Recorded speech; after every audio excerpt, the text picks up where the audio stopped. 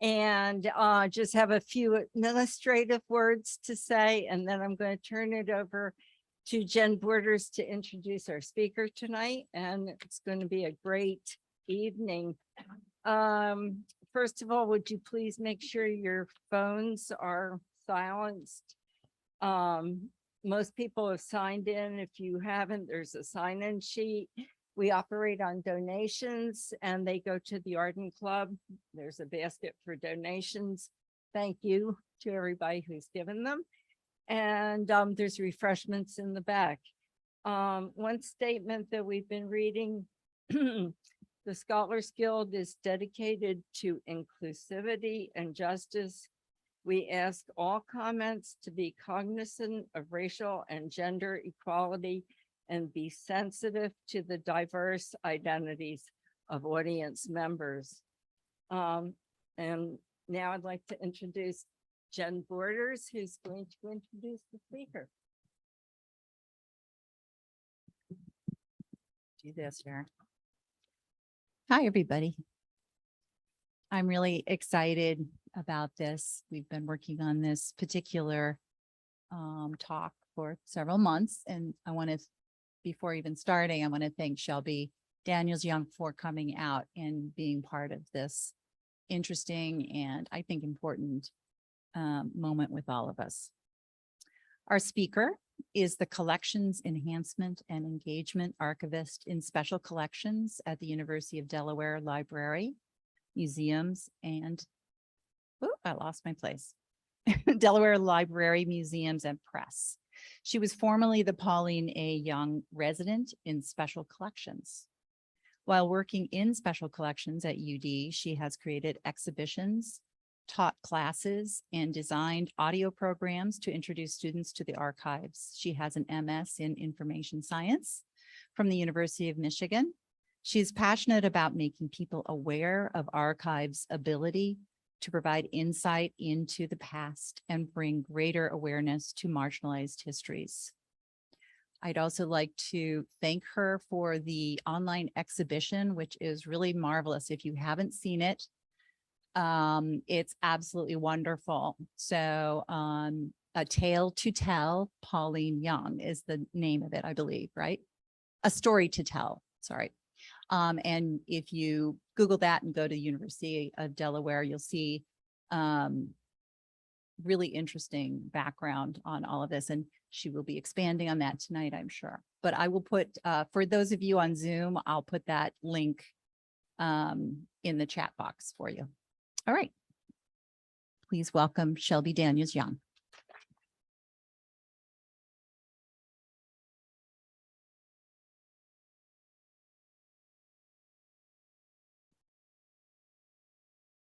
Good evening, everyone. Can you all hear me all right? Okay, good evening. I'd like to start off by thanking the Arden Scholars Guild for inviting me to speak this evening. And I would especially like to thank Jennifer Borders for being my contact and for being such a gracious host today. And also before I start, I should say that I've been having some allergy issues, so my eyes been watering a little. So if I break out the tissues, I'm not crying. It's just allergies. Everything is fine. Okay. Yeah. Okay. Okay. How's that? Is that better? Yes. Okay. Let me know if the audio goes down or anything. Should I just? Usually I'm not that tall. Okay. Okay. No, maybe if I, what if I did it here? We go. Okay, how's that? Oh, that sounds better. Okay, good. Okay. All right. So it's very difficult to describe Pauline Young concisely while also doing her justice. I could say she was the longtime librarian of the historically Black Howard High School, or that she was one of the most important stewards of Black history in Delaware during her lifetime, or perhaps most significantly for the audience here, I could say she was one of the early residents of Ardencroft, as well as one of the first Black residents. But none of those explanations, either by themselves or taken all together, really captures the breadth of what this woman accomplished during her lifetime or the impact she had on her community. Before I dive into Pauline Young's life, I'd like to explain my own history with her and how I came to be speaking about her with you today.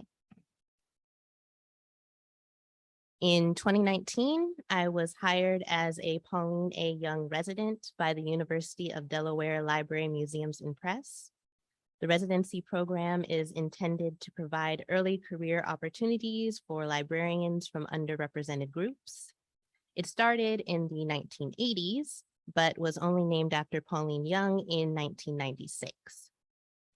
When I started, I was informed that the woman my residency program was named after was an important Black librarian in Delaware, but that fewer and fewer people in the library and beyond UD knew who she was. Almost a year later, the person who had been in charge of my residency program for several years asked if I could look into Pauline Young's life and do a little something to raise awareness of her in the library, like maybe give a brief presentation at a staff meeting, just so that people would at least know a bit more about her beyond her name. I'm an archivist, which means that I deal with records of the past on a daily basis. That includes letters, photographs, diaries, and so on. I'm used to scouring those types of items for information, and I am always trying to get more people to use these kinds of resources to gain a better understanding of history. So I tracked down as many of these types of materials as I could in order to assemble and present a fuller, more intimate picture of Miss Young's life. And I decided to share the information I found in an online exhibition so that people beyond just library staff could discover her story.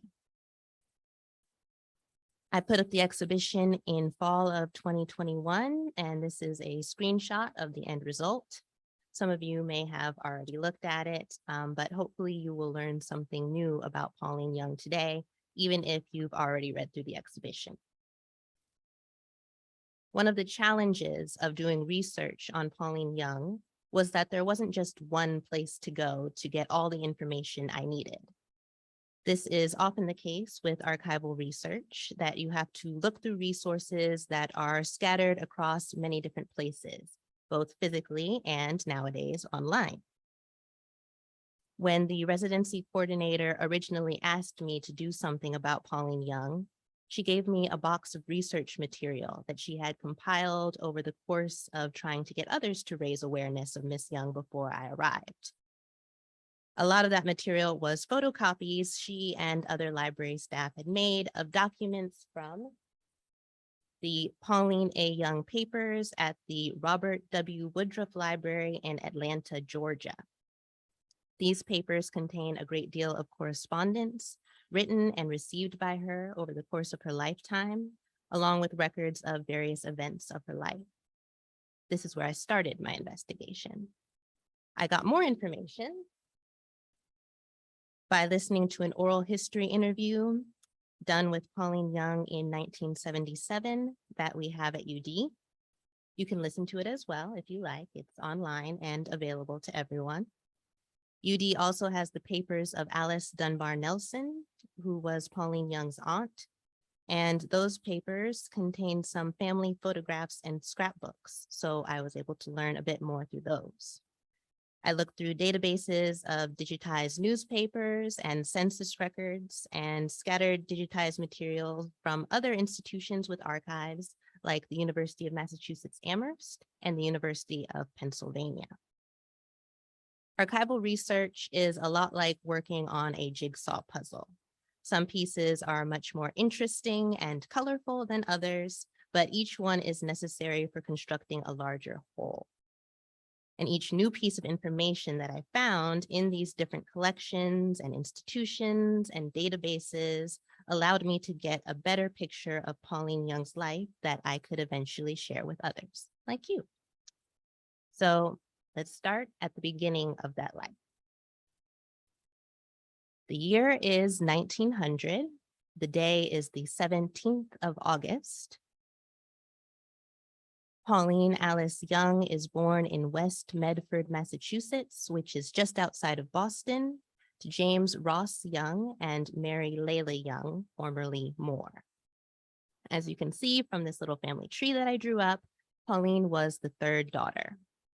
Mary Layla had a younger sister, Alice, who at the time of Pauline's birth was married to possibly the most famous Black poet in 1900, Paul Laurence Dunbar.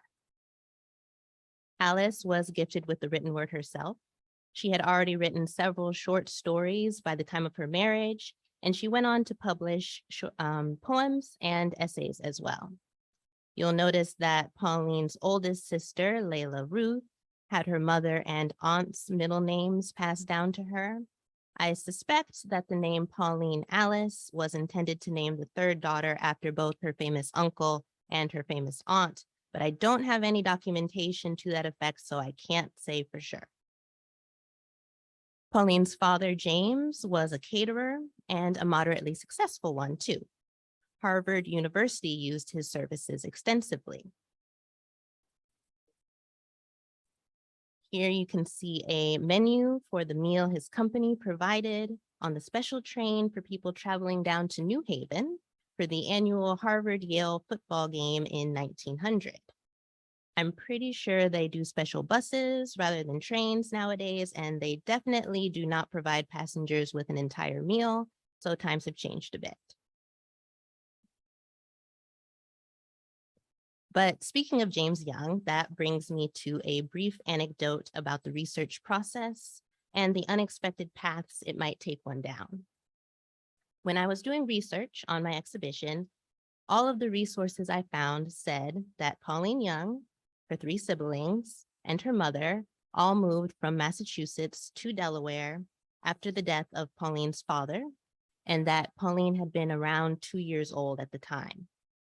Pauline Young said so in her 1977 oral history. Magazine articles about Pauline Young reiterated that information. I had absolutely no reason to doubt that fact. A few months ago, when I was gathering up my notes so I could prepare for today's talk, it occurred to me that I never did find out what exactly James Young died of and when. He was about 40 years old when Pauline was born, so he wasn't especially getting on in years. And I didn't know, did he catch pneumonia? Was he run over by a carriage? Was there some sort of train accident during one of his catering jobs? It was a minor detail, but I had some time, so I figured I would try to fill in the missing piece of information. I started by searching for his name in Boston newspapers, filtering for the years that Pauline Young would have been 1 or 2 years old, hoping that between his ties to Harvard and his famous in-laws, that some reporter might have devoted a few inches to an account of his death. As it turned out, I did find an article for the specified time frame, but that article was not an obituary like I had expected. The article I found was in the October 16th, 1901 edition of the Boston Globe, and you can see a few snippets of it here. I know it's a little blurry. That is the risk you run with digitized newspapers. You can see it reports on the disappearance, not the death, of James Young, and it offers the additional detail that he had withdrawn almost all of his funds from the bank shortly beforehand, and that no one had heard from him since.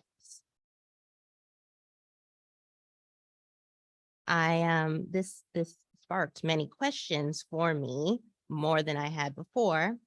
And on the other hand, I now knew to look for information, specifically in September of 1901, when the Globe said he disappeared, rather than having to deal with a time frame of 2 years, which I had been working with originally. Since I had resolved to do more digging in order to learn more about this unexpected development, I turned to the Alice Dunbar Nelson papers held in the University of Delaware, which I mentioned previously. Although they are her papers, as I said before, there are several more general family-related items, and some of those are the diaries of her sister, Mary Layla, Pauline's mother. One of those diaries happens to cover the years of 1901 to 1908. I turned to the pages that covered fall of 1901, and I found confirmation that James really did leave one day in September, claimed he would be back in a few days, and never returned. On October 1st, Mary Layla wrote in her diary, "I have not had one line from my husband since he told me goodbye on Tuesday morning, September 17th. Then he said he would be home during the same week, but no word of any kind has reached me from him, nor has he come home. Not a word to inquire about the babies. I don't know what to think or do." The last entry I could find in that diary relating to James was a year after his disappearance in September 1902, with Mary Layla noting the anniversary and remarking that she still had no idea of her husband's whereabouts. As I said before, Pauline Young told everyone who asked that her mother was a widow. I don't know if Mary Layla eventually learned that James did die sometime after leaving her and therefore she was officially a widow, or if she didn't know either way, but addressed the question of his absence by simply telling her children that he passed away. Keep in mind, the oldest would have been about 4, so no one would have remembered the event that clearly. Another possibility that occurred to me was that she did tell them the whole story, but they collectively decided to tell everyone outside the family the arguably more respectable for the time story that he was no longer around because he was no longer living. But the point I want to make in sharing this anecdote is that archival research is an ongoing process. You might think you have a pretty good picture of a series of events, but then you happen upon another piece of information that alters your view of what happened. You also cannot take for granted the accuracy of a source. Sometimes people might have a reason to deliberately obscure the truth. Sometimes they themselves might not have the full story, so you might have to look for other means of gathering information. And finally, archival research can only take you so far, even when you have exhausted every resource at your disposal. Not every document is saved, and often the reasons for events or actions were not documented in a way that could be saved in the first place. So even though I now have more insight into Pauline Young's earliest years, I don't know why James Young decided to leave his family in the first place, and that might be a mystery that can never be solved. Whether Mary Layla Young was officially a widow or decided that it was easier to at least refer to herself as such, either way, she eventually took her children down to live in Wilmington, Delaware. In 1902, her sister Alice separated from Paul Lawrence Dunbar, which resulted in Pauline Young as a child living with her 3 siblings, her mother, her aunt, and her grandmother, all in one household. Here is a section of a map of Wilmington from 1928. There's the Brandywine at the top, and you can see in the lower right-hand corner a little sliver of the Christiana River. Pauline Young's family lived at 916 French Street, which is where that blue triangle is. The east side of Wilmington had a concentrated Black population, and consequently, several buildings that were important to the Black community were located on that side of town. There was the Monday Club, which still exists today as the oldest Black men's social club in Wilmington. It's now at a different location, but for a while it was located at 917 French Street, right across the street from Pauline Young's childhood home. There was the Walnut Street YMCA, which still stands today and is marked by the blue circle. It was constructed in 1939, giving Black Wilmingtonians a place to go after they had been turned away from the other YMCA in town. The Walnut Street YMCA was not just a recreational center, it served as a meeting place for the African American community. There was the National Theater, which was the only Black movie theater in Wilmington, and it operated from the mid-1910s to the early 1950s. It was located at 8th and French Streets, where the Diamond is. But most significantly for Pauline Young's family, the East Side was home to Howard High School. Howard High School was the only high school available to Black Delawareans from the time of its founding in the late 1960s until the 1950s. Its original location was at 12th and Orange Streets, where the first heart is near the DuPont building, which I guess is technically not on the east side, but in 1928, it moved to 13th and Poplar Streets, where the second heart is, closer to the Brandywine.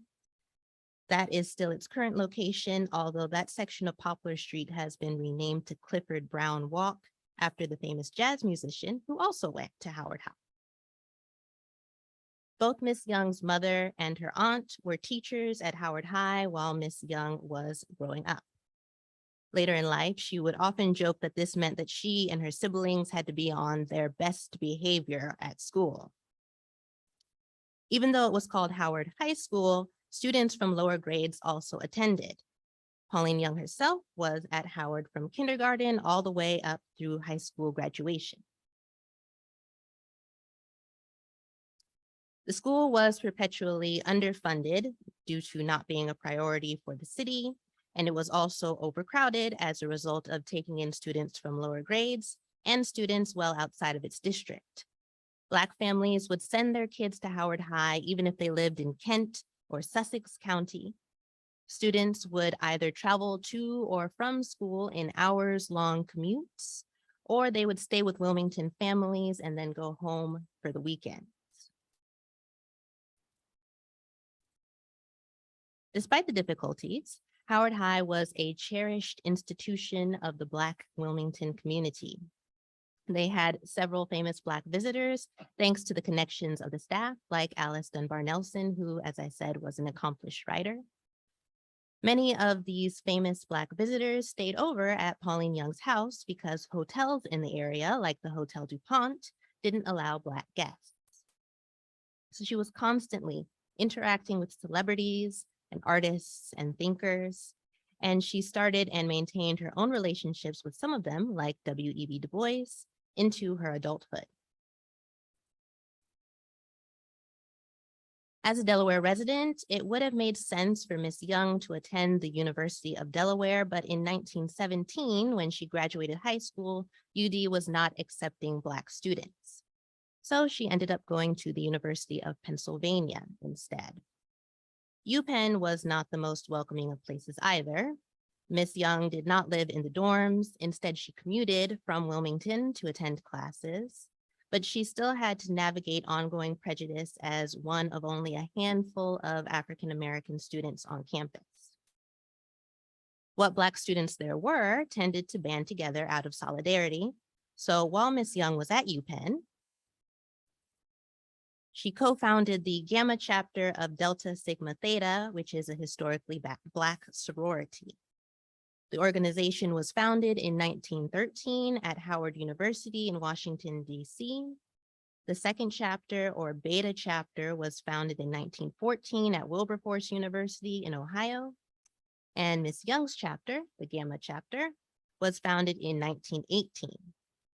Since it was founded at UPenn, it was the first chapter to be established at a predominantly white institution rather than an HBCU. This is a picture of Pauline Young with other Deltas in 1921. She is in the second row of the pyramid on the right. Her chapter co-founders would go on to have very impressive lives of their own. One of them was Sadie Tanner Mosel, known as Sadie Tanner Mosel Alexander after her marriage. She is the one in the front on the right wearing glasses. She was the first Black woman to pass the bar in Pennsylvania and one of the first Black women to receive a PhD in the United States. Another impactful Delta was Virginia Alexander, who is the one in the front on the left, and she went on to become a doctor in Philadelphia, devoted to ensuring that African Americans and women in particular could get medical services that they were denied elsewhere. Pauline Young graduated from UPenn in 1921 with a degree in education. She tried out a few different jobs after college. She started on a theater career in New York. That lasted only a week or two, and it ended when she sent a message to her family asking for money, and her aunt and her mother responded with an ultimatum to come home immediately. She was a teacher in Newport News, Virginia, and worked on the press staff at the Tuskegee Institute in Alabama. Ultimately, she ended up back in her hometown of Wilmington, and she was hired as a teacher at Howard High School in 1924. Her aunt had already stopped teaching at Howard High in 1920, and her mother would retire in 1931. One of the ongoing difficulties I had in doing research for my exhibition was pinning down the proper dates of events in Pauline's life. In every resource I found where she was interviewed, for 1977 oral history, magazine articles, newspaper profiles, she was maddeningly coy about her age. She would either refuse outright to say how old she was, or she would make a joke and claim she was over 200 years old. This created a challenge for me as I was working on constructing her personal timeline, because while I would know several things that she did, I wasn't quite sure when exactly they took place. This is rather inconvenient when you are trying to tell someone's story in a methodical way. Her silence about personal dates also meant I ran the risk of getting inaccurate information from other sources because I didn't have Miss Young's own word to check against. One of the first documents I encountered in my research was the program for Pauline Young's funeral, because it was in that box of materials I was given to start out with. That document said that Miss Young worked at Howard High School from 1919 to 1960. I already knew that she had been born in 1900, and 19 years of age seemed to me a bit young for someone to be a teacher, but I reasoned that maybe things were different 100 years ago. However, a few pages later in the box, I found a photocopied entry for Pauline Young in the 2003 Dictionary of American Library Biography that stated she worked at Howard High School from 1924 to 1960. I think I misspoke for a moment. The funeral program said 1919 to 1955.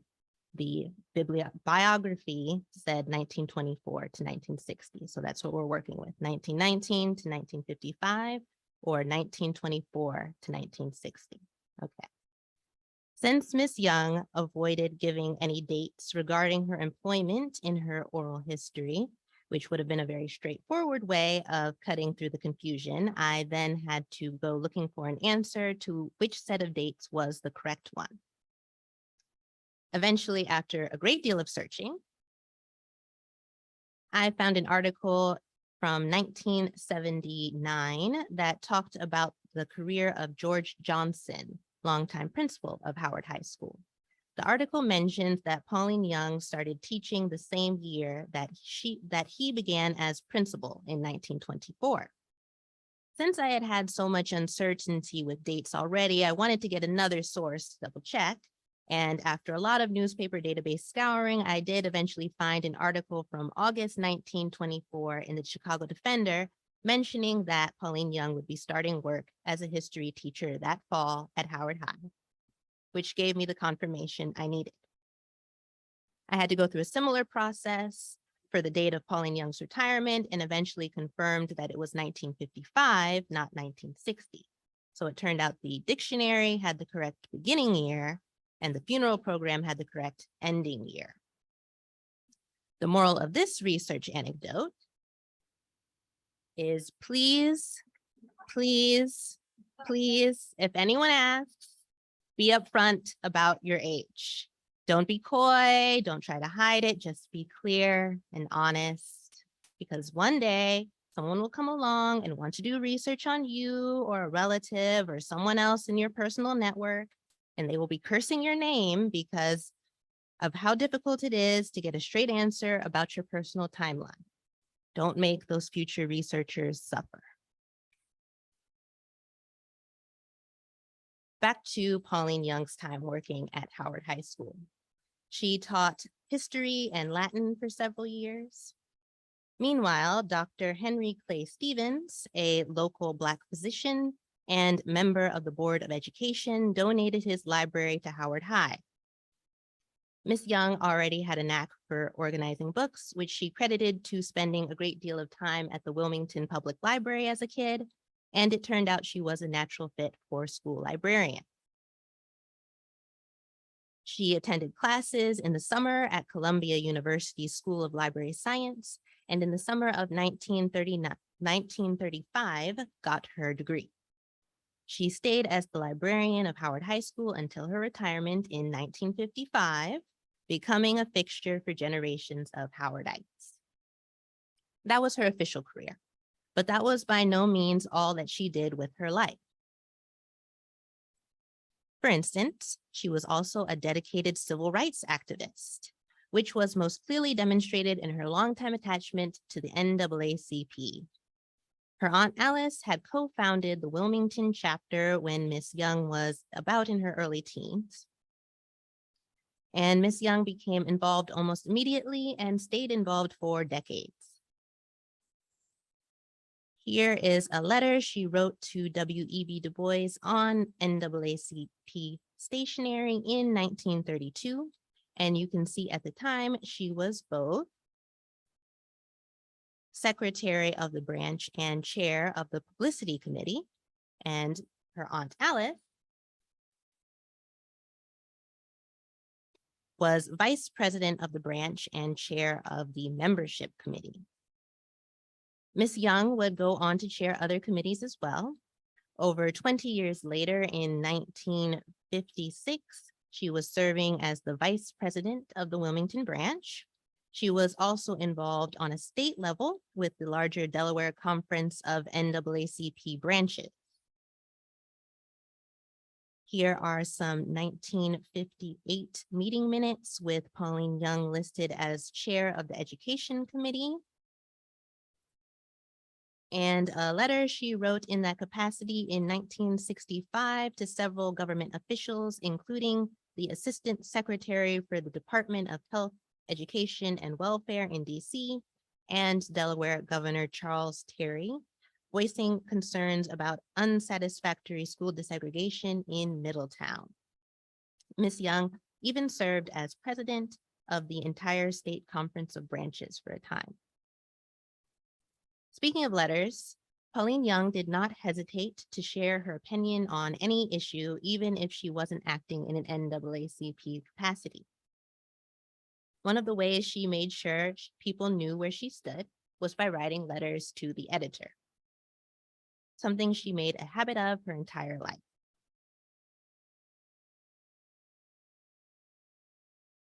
She would write in responding to articles she had read earlier in the week. She would write in to bring attention to information the newspapers failed to cover. She would write in to share her thoughts on national events. And it wasn't just her local newspaper. She would write letters to newspapers in other cities, library journals, book publishers, anyone who she felt was in need of reprimand, correction, or education. That could include a fellow librarian who claimed Black children were inherently challenged when it came to learning to read, a governor who accused civil rights marchers of being unruly, or an encyclopedia editor who used racial terminology that she disagreed with. When Miss Young wasn't speaking out against injustice, and when she had breaks from the school year, she would often take the opportunity to go traveling. In 1936, she went on a tour of Europe that included a stop at the Berlin Olympics, where she met and spent time with the track star Jesse Owens. In 1942, she learned to fly at the Coffey School of Aeronautics in Chicago. The Coffey School was the first Black-owned aviation school in the United States, established in the 1930s. I found an amusing letter Miss Young wrote to W.E.B. Du Bois in December of 1942, where she mentions her new pastime. I'll read you a little excerpt. Last summer, since you didn't give or get me a job, I went out to Chicago to my brother and family and learned to fly. I am very bad at it, but I enjoyed it. 3,000 feet in the air is marvelous. I never knew where I was, of course. Just before I left, I did manage to locate the airport fairly accurately. That's all. We can't fly here on the coast, but I'm looking forward to next summer. In 1947, Miss Young decided to take some time off from working at Howard High completely and went to live in Los Angeles for about a year. She took courses at the University of Southern California and worked at their library school. Later in life, she would tour the Soviet Union as part of what at least one member of the group would deem a Black delegation, spending 3 weeks observing how the treatment of race and ethnicity there compared to treatment back home in the US, as well as the general culture and quality of life. She went to Egypt at least once and had another European tour some 30 years after her 1936 Olympics trip. Just a moment, my allergies are acting up.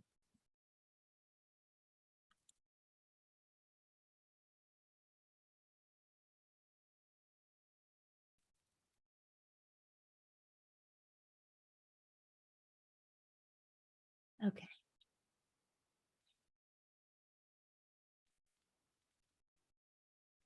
When she wasn't traveling the world, Pauline Young lived pretty consistently in Wilmington proper until 1952 when she moved to 4 Greenbrier Road in Ardencroft. As I'm sure the Ardenites in the audience know, Ardencroft was founded in 1950, and its founders intended it to be racially inclusive from the start. Buzz Ware himself invited Pauline Young to move to Ardencroft. I'm going to take a brief detour in this talk now to share some information about early Black residents in Ardencroft generally, because I was told this would be a topic of interest. It was not necessarily smooth sailing in the early years of this newest Arden community. The right side of this slide has an article from 1950 reporting on a vote on allowing the residents of Ardencroft into the Arden Club social organization. The sticking point for the people voting against the proposal, and they were the ones who won the vote, was that they did not want to be involved with people of other races like Ardencroft was trying to recruit. One of the voters said the following, quote, "A lot of us have no objection to equal rights in jobs and schools, but we do have objections to intermixing in social life," end quote. Another difficulty was the matter of schooling. The Anderson family, consisting of father Dr. Leon Anderson and mother Beulah Anderson and their 6 children, also moved to Ardencroft alongside Pauline Young. They lived on Beale Road. Some of you might be familiar with the cases of Belton v. Gebhardt and Beulah v. Gebhardt in 1951. I'm not intending to go into the whole history of desegregation in Delaware for this talk. So in an effort to keep things simple and not get bogged down by details, I'll just say that essentially in those 2 cases, the families were suing for their children to attend all white schools. One of the families was the Anderson family, suing for their older children to go to Claymont High School rather than Howard High School because it was closer. The families won their suits, but winning those suits did not suddenly mean that segregated schools no longer existed in Delaware. The Andersons wanted their younger children to go to the Arden school since they were now in Ardencroft. But since the lawsuit did not result in a blanket policy of desegregation for all schools across Delaware, there was a question about whether the Anderson children would be allowed to attend this all-white school. The children didn't end up going to school the first day, even though they did register because of this uncertainty. Ultimately, on September 7th, the Arden School Board of Trustees voted to admit the Anderson children without final confirmation from the State Board of Education, following a community meeting that lasted over 2 hours, where community members signed a petition showing their support for allowing the Andersons into the Arden School. They did get into a bit of trouble with the State Board for not following their procedures and going ahead without their permission, but the state board ended up not contesting that decision. Another early Black Ardencroft household that I found was the Foremans, Charles and Nancy, and their 2 daughters. Charles Foreman was a World War II veteran and a businessman, and Nancy Foreman was a clerk and typist. They also lived on Beale Road.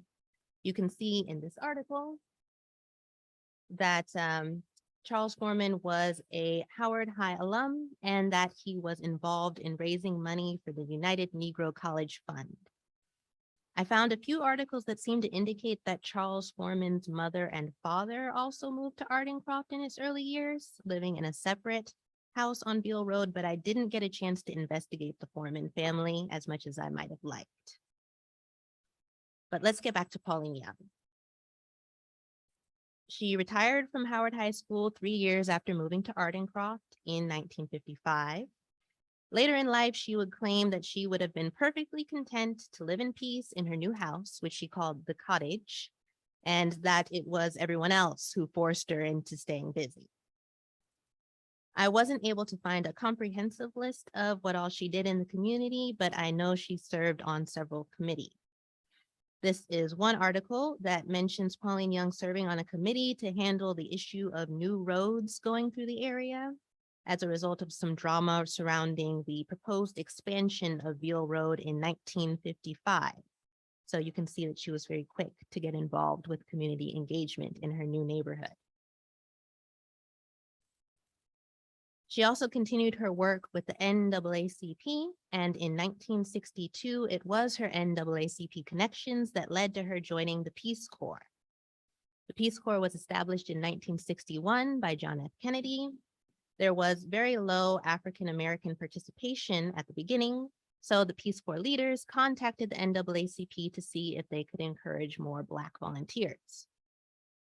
Ms. Young took on the task of trying to recruit people, namely young people, and in trying to convince other people to join up, she ended up convincing herself to do the same. The Peace Corps sent her to Jamaica for 2 years. Her task in Jamaica was to catalog tens of thousands of library books alongside other volunteers and to train library staff in Jamaica on cataloging work. For those of you who aren't as familiar with library work, cataloging is a very key function. It is how a library knows what books it has and makes sure its patrons can find those books. So this was a vital service. While she was in Jamaica, the March on Washington for Jobs and Freedom happened on August 28, 1963. Since Ms. Young was on assignment in Jamaica at the time, she couldn't go to Washington. So instead, she organized a march in solidarity that took place a few weeks later in Kingston. She would get to march with Martin Luther King Jr. later, as she was there for the final leg of the Selma to Montgomery March in 1965.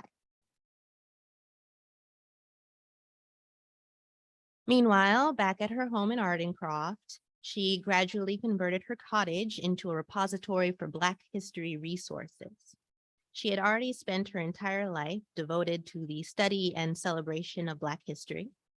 In the 1930s and 1940s, she provided research support for W.E.B. Du Bois's ongoing Encyclopedia of the Negro project. In 1947, she contributed to prominent Delaware historian and UD professor Henry Clay Reid's multi-volume publication, Delaware, A History of the First State. And she wrote a chapter that was considered to be the first comprehensive account written about Delaware's Black population called The Negro in Delaware, Past and Present. She was always collecting and saving newspapers, magazines, books, and artifacts that had to do with Black Wilmington history, Black Delaware history, African-American history in general, and the history of the African diaspora. She filled her home in Ardencroft with these files and became known as a key resource for Black history information.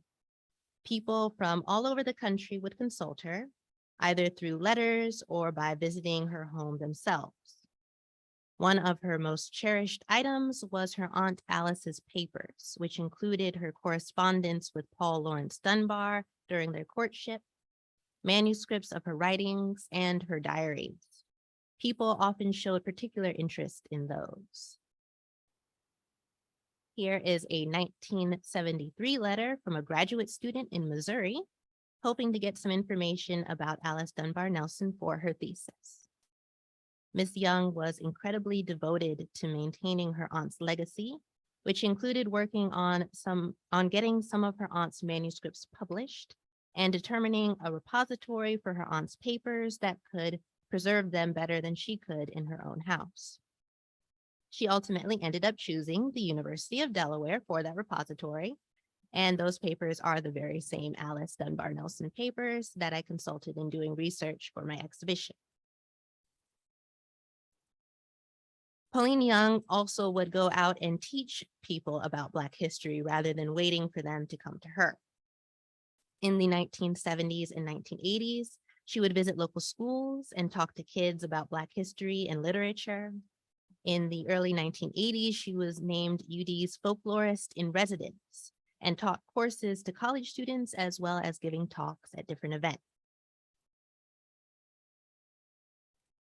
In the later decades of her life, she started accumulating accolades for her accomplishments. In the late 1970s, Howard High named their memorabilia room after her, where there are several artifacts relating to the history of the school and Black Wilmington on display. In 1982, she was inducted into the Hall of Fame of Delaware Women and named a Delaware Woman of the Year by the National Association of University Women. Magazines and newspapers interviewed her about her life and took pictures of her in her cottage, surrounded by her books and history files. Pauline Young died on June 26, 1991, less than 2 months shy of her 91st birthday. If it were anyone else, Ms. Young would have dutifully assembled a subject file relating to this local Black librarian, historian, educator, activist in her cottage, and shared that material with anyone who cared to learn about her. Instead, the records of her accomplishments have been scattered among many different places, and younger generations might only have a passing familiarity with her name. I can't think of a better way to honor her than to do for her what she did for her relatives, for her predecessors, and for her contemporaries, to share her story and ensure others are aware of the rich and impactful life she lived. Through my exhibition and talking with you tonight, I have hopefully done just that. Thank you.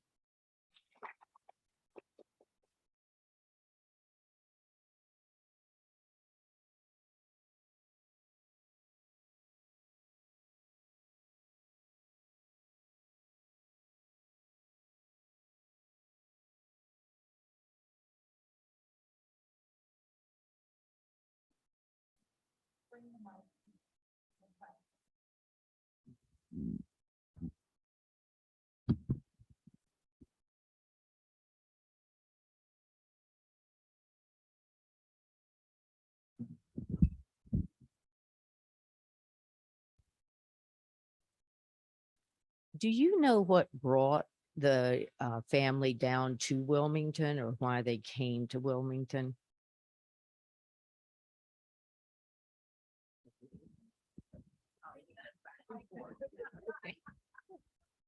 Okay. I don't know why they chose Wilmington specifically.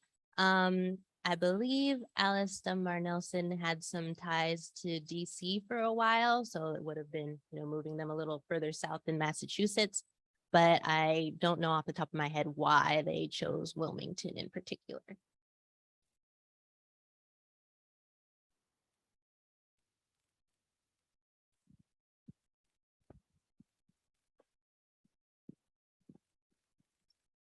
Can you tell me where the Arden school was that the Andersons wanted their younger children to go to? Is it just across the street? Is that what it was called at that time? Thanks.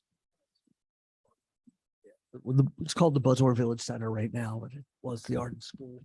up until 1969, I believe. I have nothing to add to that. So.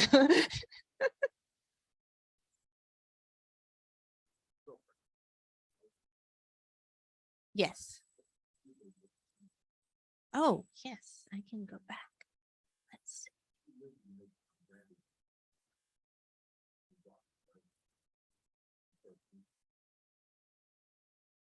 Okay, yes, so the two hearts are the two locations of Howard High School. So the one by the DuPont building was where it was towards the beginning of its time. The one in the corner by the Brandywine is where it moved to in 1928 and where it is now. The triangle is where Pauline Young lived, yeah. The circle is the Walnut Street YMCA. And the diamond is the National Theater.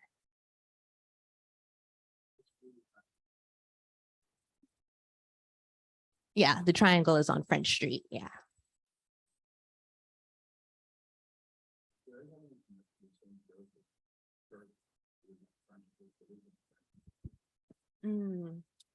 I do. Oh, the question was, did they have any connections with, you said St. Joseph's Church? Yeah.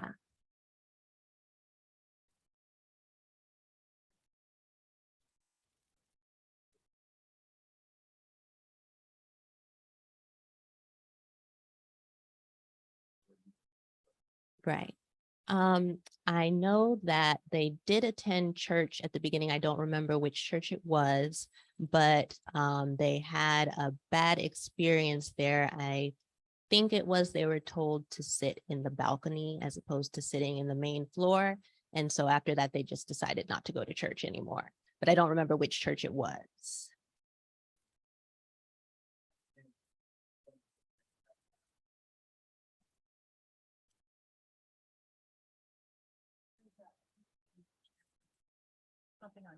Oh, okay.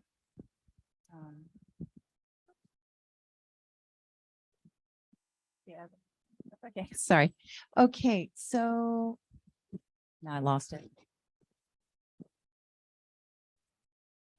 Oh, the question is, I see there is a Wright, W-R-I-G-H-T name in her ancestry. Is there a possible connection to the Wrights that are in, we know from Ardencroft, Henry, Tom, Fred, are a few of the boys. Do you have any idea about that? So what the question is referring to is that Patricia Moore, Mary Layla and Alice's mother, her maiden name was Wright, W-R-I-G-H-T. If there is a connection, it's like a long shot because they were born in Louisiana. So that's where the family originated.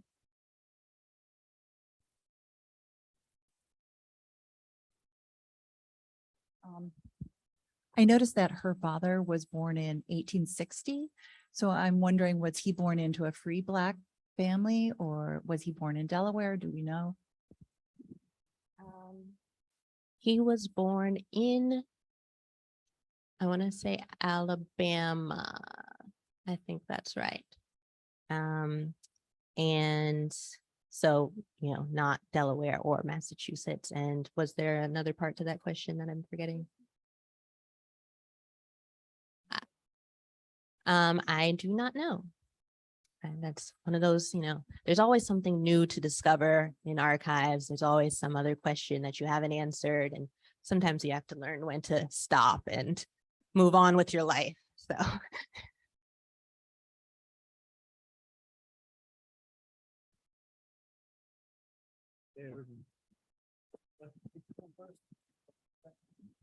I'm just curious why you, was there a reason you couldn't contact Howard High and go through their records? That's a good question. So one of the constraints on my research was I was researching in the height of the pandemic, so I wasn't really going to many places.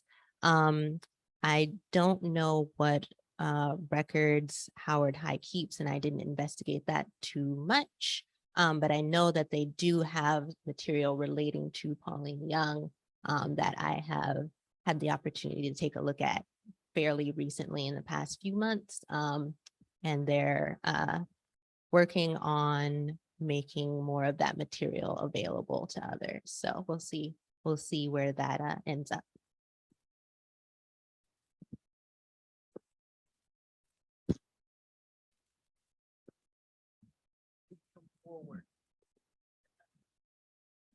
Thank you, Phil Donahue.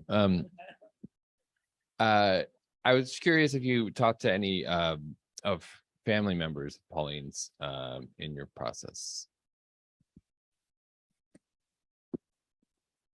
I have not. You'll notice from my talk, I never mentioned any children. She did not marry. She did not have children. So her closest relatives are her brother's children. He had 2, I believe, and they lived in Chicago, where she learned to fly. I don't know if they're still living in Chicago now, but it would have been a bit of a trek to go out there, and I don't have their contact information. And I have talked to a few people who, met her, who were close to her, who were not blood relatives, but hopefully that answers your question. Good.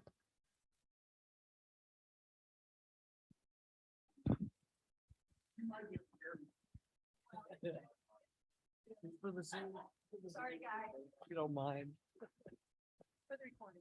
Thank you for that. Great presentation. We really appreciate it. Absolutely. I found it refreshing that you didn't mention her love life, sexuality, any of that stuff. I recently saw a documentary on Lorraine Hansberry on PBS, and they spent almost half of the time on that, and it was awkward at best. Did you feel any pressure to go into any of that?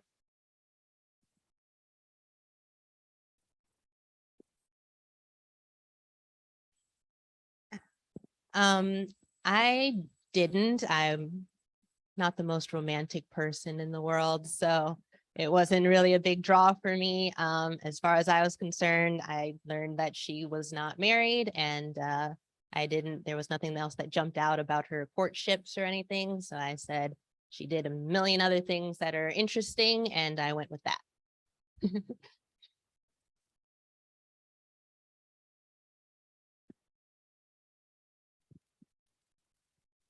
I had the pleasure of meeting you earlier today, and I was saying to you that there was some type of legend about how her little cottage was built and where the boards came from, and there's some type of legend that the boards were shipped from Europe, somewhere in Europe.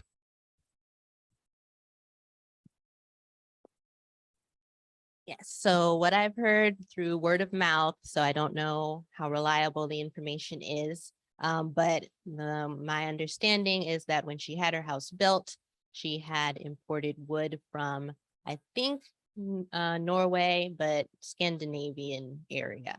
Yeah, that's what I heard.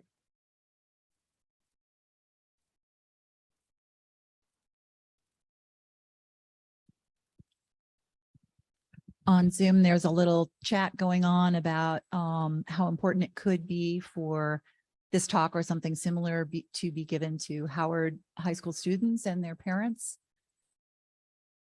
How do you respond?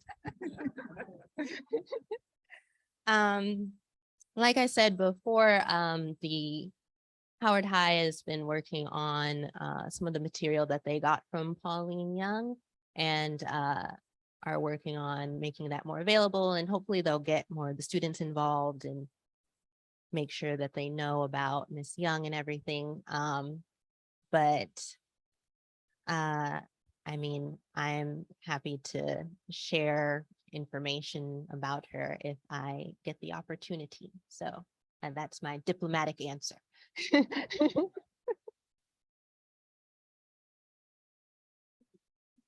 You're welcome. Thank you all for coming.